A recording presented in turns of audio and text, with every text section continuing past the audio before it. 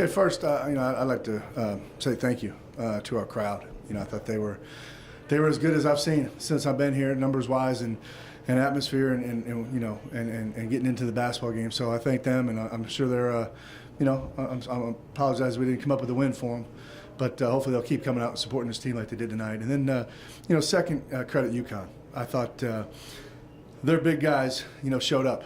Brema has 8 blocks.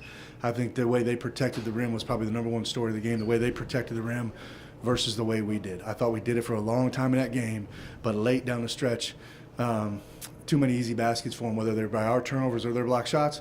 But then even in the half court, in the last 5-6 minutes, they got some drives to the basket that we didn't step over and protect the rim the way we can. We can't protect it quite with block shots like UConn, but we can put our chest on the ball and take a charge. And so credit them. I thought Boatwright made a couple big shots when they needed some energy. So credit them with pulling it out. I think we showed some improvement. I know the final score doesn't really indicate it, but I thought our guys improved this week, and I thought that was kind of it showed up by our bench player. Our bench guys gave us some production. They looked really comfortable out there, and I thought that was an encouraging sign. Early on in the game, you were out hustling them. You were pulling down. You had 7 offensive rebounds in the first half. They had none. Yeah. I mean, it was like hustle. It was like sheer hustle.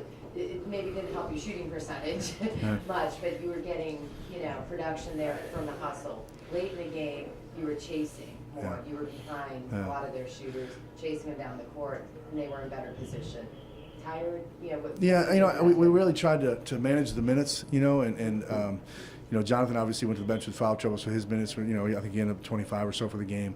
I think our high guy was Lou with like 32 maybe.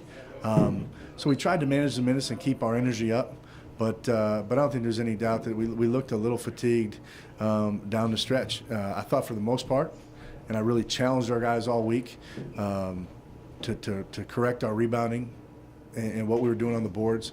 And I thought we held them to 0 offensive rebounds the first half. I think they had 3 for the game. I thought for the most part our guys did a really good job on the boards.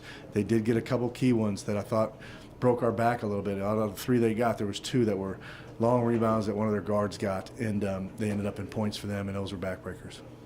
You guys scored from a lot of different sources in the first half. Was that a positive? Did you like your position going into the second half? I really did, and I think that the final score kind of can disguise the fact. I think we made progress this week, and I think one of the main ways was some of our bench guys, to me, looked as comfortable as they have all year offensively, and therefore they gave us production. It wasn't 20 points or anything like that, from one guy, but it was just the way they were moving the ball and the way they were playing. I thought that was really an encouraging sign, and I liked where we were headed in the second half. I thought with about 10 minutes to go, for whatever reason, we got really stagnant, and we should have been fatigued at that point, but we played really, really stationary. And there were some critical decision-making errors. I'm thinking of Jonathan Stark when he threw the ball right to the guard. I don't know if you remember that one. And you guys really were in control, it seemed like, poise-wise most of the game. We played really hard, and I credit our guys for that. I appreciate that effort. That effort's what's going to turn this thing around.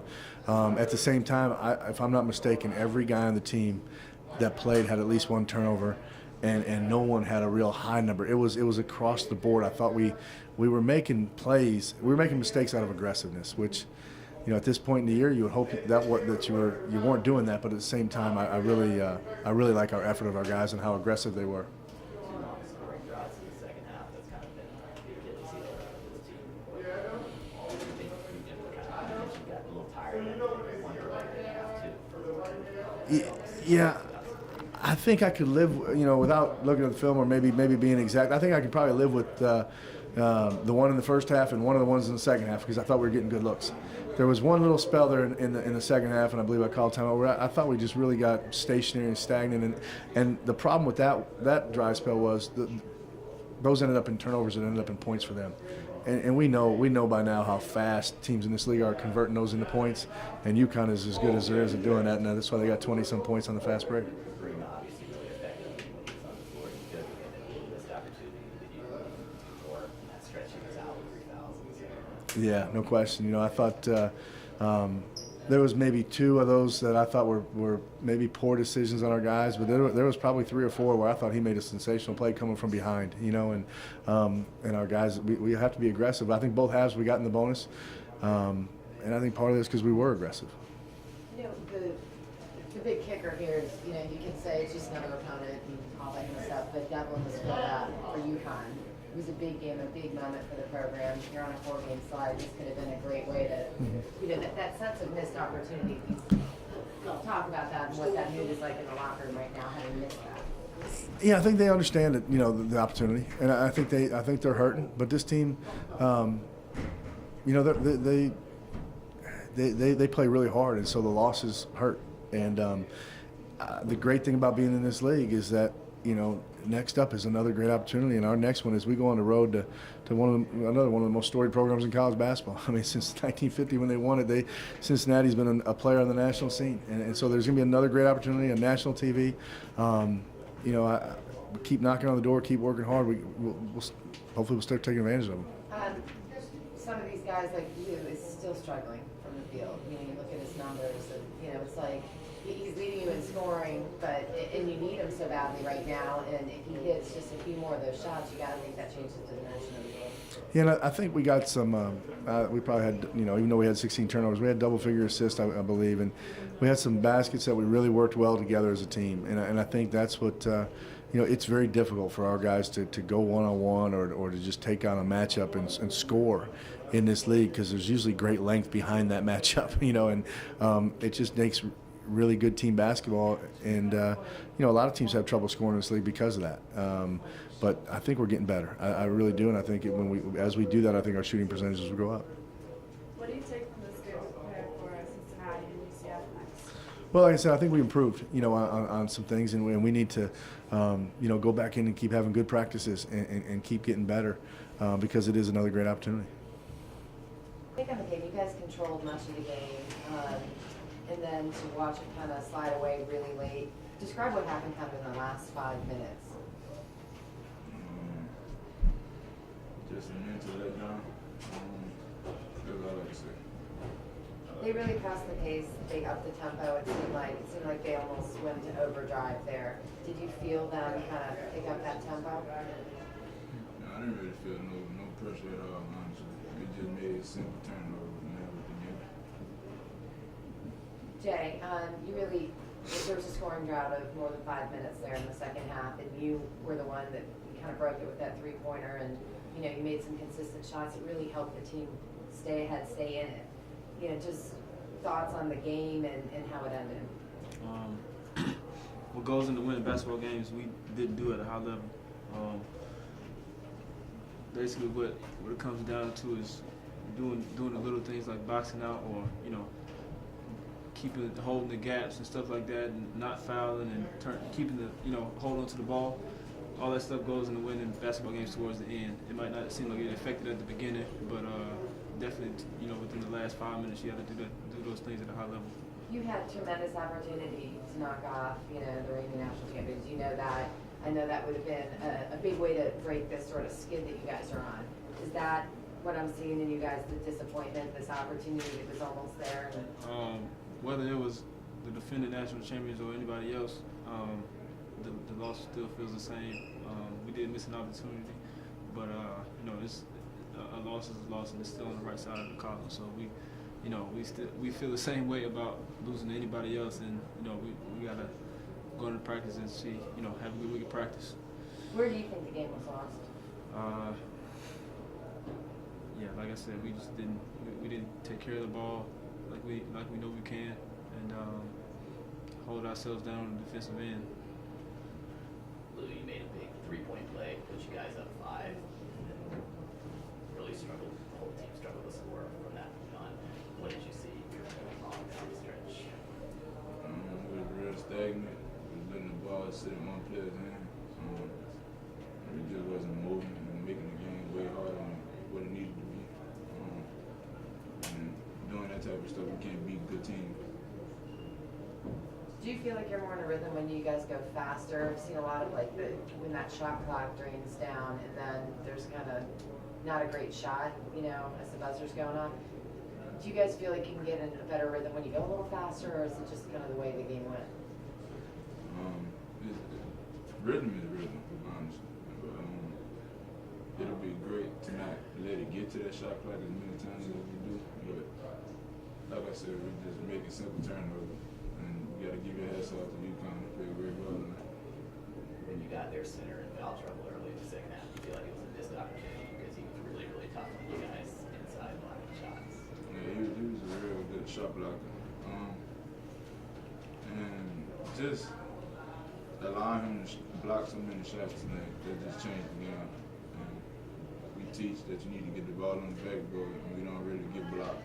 And that starts conversion, hard conversion, and it sparked their transition. Anything else? By our team, the last 5 minutes we really buckled down on the defensive end. I believe we held Tulane to 1 field goal in the last 7 minutes. So our defense really stepped up. Amita was great. Phil Nolan was great. Amita had 8 blocks. I think that's his career high in 15 minutes, which is outstanding. We just try to keep him on the court a little longer, but everybody stepped up today. Shot 50% from the field, and our defense is what kept us in it. Look like even an extra year there's a lot of energy, really good movement without the ball in the last 5 minutes. Talk about Rodney in particular. I mean, it was great because he got down on himself. He missed a layup, and then he came back and missed another layup, and then he was just like, all right, next play, put his head down, got a layup, and then he hit a big 3 for us to kind of put Uncle Mo on our side, and then we just started feeding off that energy, and then we kept getting stops. And we go by kills. That's 3 stops in a row, and we got 7 kills, 4 in the second half. And, you know, that's just exceptional defense. And then we got out on the break. I think we just kind of wore them down as the game went on with our fast break, with our guards putting pressure on the offensive end. You're having to fight so hard for every victory right now. Yeah. Is anything coming easy? No, it's not coming easy, but that's fun, though. That's fun. You know, you learn something about yourself. I have a young team now, and they're growing up. They're playing with a sense of urgency, and, you know, it's not going to be easy. It's snowing in Connecticut now, but that's what we appreciate. We appreciate the spring and the summer, and we just going to continue to, you know, fight together, and, you know, it's not going to be easy. It wasn't easy last year, and look what happened. We just going to stay with it, and that's our motto, no plays off, and, you know, hopefully our guys can continue to do that. Tulane had some guys that haven't scored much, score some in the first half. Did you feel like if you just stayed the course, you'd be in good shape? Yeah, I just wanted to, you know, keep being efficient on the offensive end and keep playing exceptional defense. And I just thought as the game went on, you know, with Terrence out there, with Boat out there, with Daniel playing the 4, I thought we can just put pressure on them and get some easy buckets. And then Rodney just kept stepping up, getting to the lane. Like I say, he missed a couple layups, stayed with it, played the next play, and it was beautiful for him to gather himself, his thoughts and his mind, and stay positive. Kevin, this is another game similar to the UCF game. You look good, man. You look good, man. That's nice. I like that. I feel like the UCF game, you got a lot of steals, you got in there, a lot of deflections. Yeah. That seemed to mitigate other things that were done. Yeah, you know, we gave up 7 offensive rebounds the first half. We wanted to kind of tighten that up. I think we did a better job second half. But, you know, once again, our defense stayed packed. We stayed solid on that end. We didn't have no free throws in the first half and then come up and have 19. That just showed how aggressive we was in the second half, getting to the free throw line. We want to shoot a better percentage, but, you know, seeing our percentages over the last game, 73 is pretty good. So we want to get to the free throw line. We want to put pressure on our opponents, and I think we did that. The last five minutes was exceptional, though. And we want to not play in so many spurts. We want to play for 40 minutes, but I really like our guys coming together and playing with effort and intensity those last 5 minutes and just turning it up to a level 5. Was it part of your plan to up the tempo a little bit? You ran, every time you guys got the ball, you ran across the pace, especially late in the game. Is that by design? Yeah, that's by design, especially when Daniel was at the 4. We kind of play him at a point forward, put him in a lot of pick and rolls, let him handle the ball a lot in the second half, and put him in, you know, those situations because he's a mismatch problem. But even when he rebounds, he's our leading rebounder. He's a leading rebounder in the conference, and when he gets it, we allow him to push the ball. And he made some good decisions out there, and Boatwright made good decisions, having 5 assists and no turnovers. So, of course, that was our plan. Sometimes it don't work in the first 35 minutes, but if you keep pressuring them and to keep, you know, pushing the ball down the court, then a couple layups go your way and it could change the momentum, and I think that's what it did tonight. I was just to follow up on that. It seemed like Tulane got tired, and you know they have their 3 leading scorers have a lot of minutes under their Yeah. belt this season. You knew that, right? I mean, that was. Yeah, I mean, that's part of the plan. I mean, we play Boatwright a lot of minutes too. We play Purvis a lot of minutes, but they do play those guys and count on those guys to do a lot of things, playing defense and playing offense. That's why we wanted to pick up our pressure a little bit. And it really helped us with 10 steals and 12 blocks. That was probably our best block game of the season and probably one of our best steal game of the season. But it's just being up, being in a frame, that's what we call it. And hopefully we can continue it. Yes. You like the way you treated like that? Does it feel anything at all like last year? I wish I had Shabazz and Neil and DeAndre Daniels, then it'll feel like last year. But, you know, those guys are going to the pros and doing what they have to do. But, you know, I have a group that's coming together now a little bit better. And, you know, everybody's seen us. We have some struggles, some ups and downs. But those guys are playing better. They're feeding off each other. They understanding where they can get points in our offense. And then we're pressuring the ball a little bit better. And that's what I want to do. And just play with energy. You know, but I want them to play with a pleasure, though. Don't have pressure take you away from the pleasure of the game. And I thought we was doing that a little earlier. Everybody was pressuring to make plays and this and that. But it's still smile out there. Enjoy the moment, you know, because it's a great game. And we're very fortunate. I know I'm fortunate to coach here at UConn. And then them guys will put that jersey on. How much of a luxury is it to have Braymont back there? He's been on the shot blocking role. Yeah, we just have to try to keep him in the game. And, you know, I just thought some fouls went, you know, not his way. And, you know, he stayed positive. And he's just an elite teammate. I mean, if anybody see the game, he's not even in the game. He's just cheering his teammates on. He's more happy for Phil getting a block than him getting a block. And that's just a great kid, and I love him to death for that. Kevin, they had a week off coming in. Yeah. You guys really haven't had a break like that all year. No. You guys had the finishing cap. Yeah. That's kind of what you preach, isn't it? The kind of thing that you look for. Yeah, I just want them guys to stay with it. And, you know, sooner or later we'll come through if it's the common thread and the common goal is us. And, you know, when we get kind of out of whack, we start thinking about, you know, things that we can't control and the outcome. So we just want to play every possession hard, compete on every possession, and go out there and try to win the game together. And I thought we had a great team win today.